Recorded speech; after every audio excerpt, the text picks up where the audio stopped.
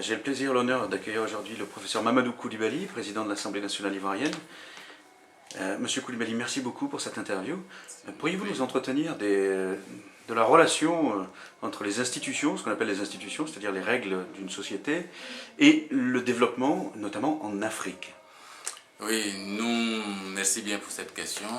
Je pars d'un constat que, en général, quand on parle du développement africain, quand on parle des problèmes africains, quand on parle des difficultés que l'Afrique a à s'en sortir, on procède comme si les institutions étaient données une fois pour toutes en Afrique. Comme si ces institutions se limitaient à l'État, au gouvernement, à l'armée, aux chefs d'État, aux ministres, aux députés, les institutions officielles, les institutions étatiques.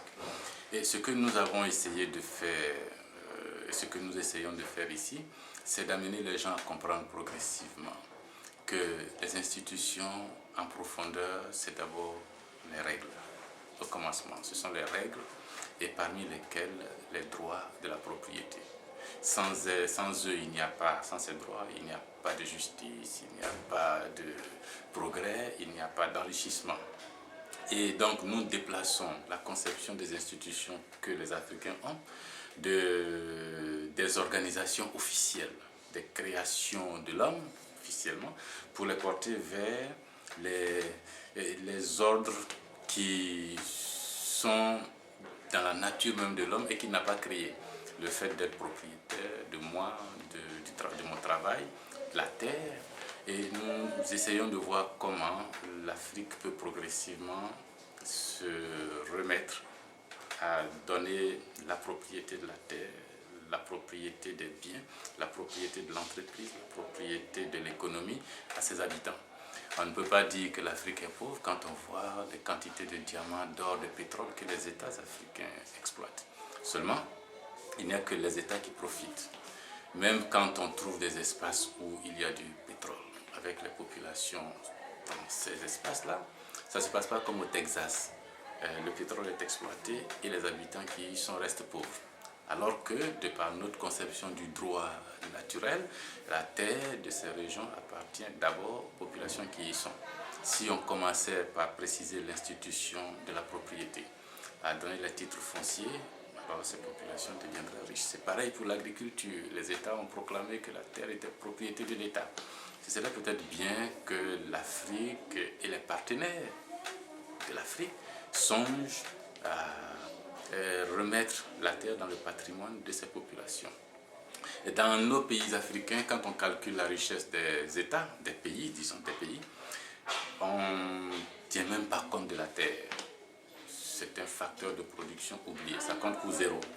Alors que ces terres-là ont une valeur, mais il faut déjà commencer par leur donner cette valeur. Et c'est cette conception que nous avons des institutions, bien sûr, une fois que la propriété est précisée, nous nous battons, nous plaidons en faveur de l'échange libre. La terre, les biens, une fois que je les ai, pour leur donner de la valeur, pour leur donner le moyen de me transformer en riche, il faut que je puisse échanger avec d'autres Africains, avec des non-Africains qui sont intéressés par cette terre. Et si le libre-échange est restreint, si je ne suis propriétaire de rien, alors je resterai pauvre, alors qu'en réalité, je suis quand même à la tête d'un grand patrimoine de plusieurs millions d'hectares avec toutes les richesses qu'il y a là-dessus. Une fois que le plaidoyer sur le libre-échange est obtenu, alors nous revenons à la base, les raisons de notre vie en commun en Afrique, pour supplanter et la tribu qui est une prison et la nationalité qui est une prison, pour entrer dans une société ouverte où dans laquelle les gens peuvent se déplacer librement, produire librement, contracter librement, sans distinction d'ethnie, sans distinction de nationalité. Et je pense, avec les amis, que ce sera la voie de l'enrichissement de l'Afrique. La propriété, la liberté de l'échange, et puis bien sûr l'État qui va lever le pied sur un certain nombre de pouvoirs usurpés. Nos chefs d'État, nos gouvernements sont beaucoup trop puissants en Afrique par rapport à nous. Et évidemment, quand ils font des gaspillages, Ils ne nous considèrent même pas comme des ayants droit.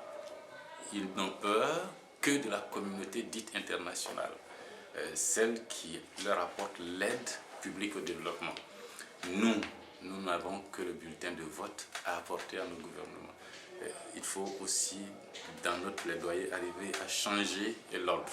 C'est d'abord nous qui votons, mais au lieu de nous donner le bulletin de vote, nous voulons le titre de propriété.